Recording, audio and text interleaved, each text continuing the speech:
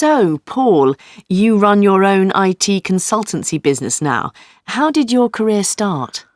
Well, after graduating in computer science, I got a job in the technical support team of the university where I'd studied. I really enjoyed both the company of my colleagues and the technically challenging and interesting tasks I had to deal with. But after a few years, I began to see the same issues coming up again and again. Several members of the team left as it was all getting much less stimulating. So, what made you actually decide to set up your own consultancy? Well, it seemed to me that there was going to be a trend among many organisations towards taking on short-term external consultants for IT rather than employing a permanent in-house team. And I thought that would be an interesting way for me to go. I'm friends with a couple of guys who have a small start-up and they'd been operating for a few years. I wasn't sure I could do it, but they helped me get started. They gave me much more sensible advice than I've ever seen in any book or article for would-be entrepreneurs. How do you get new clients? Well, work is certainly erratic. For months, I might only have recurring clients, and then suddenly could get 4 new ones in the same week. There's no one reliable source of work, so I diversify. I get a fair amount of work from recruitment agents, but some of the jobs they provide are not terribly challenging.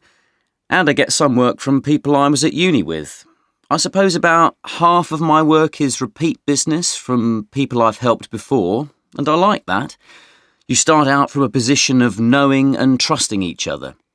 Also, I go to conferences to meet people and to promote myself and my business.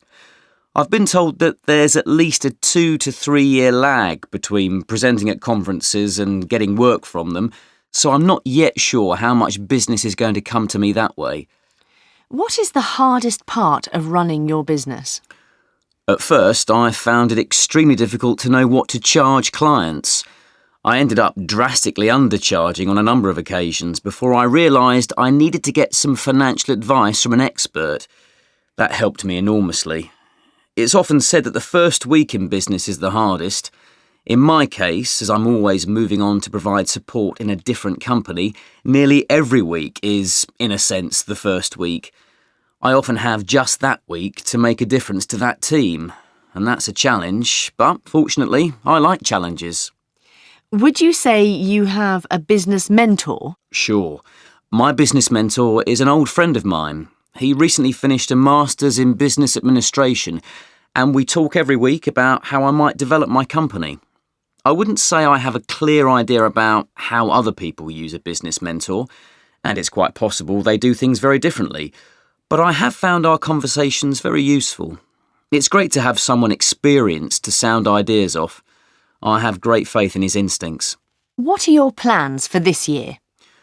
Well, we've just moved to a great new office in the centre of town, so we'll enjoy being based there. I'm considering taking on a couple of new staff to keep things ticking over there while I deal with clients. I've got some very different new projects lined up over the next 12 months, so I'm looking forward to getting my teeth into those.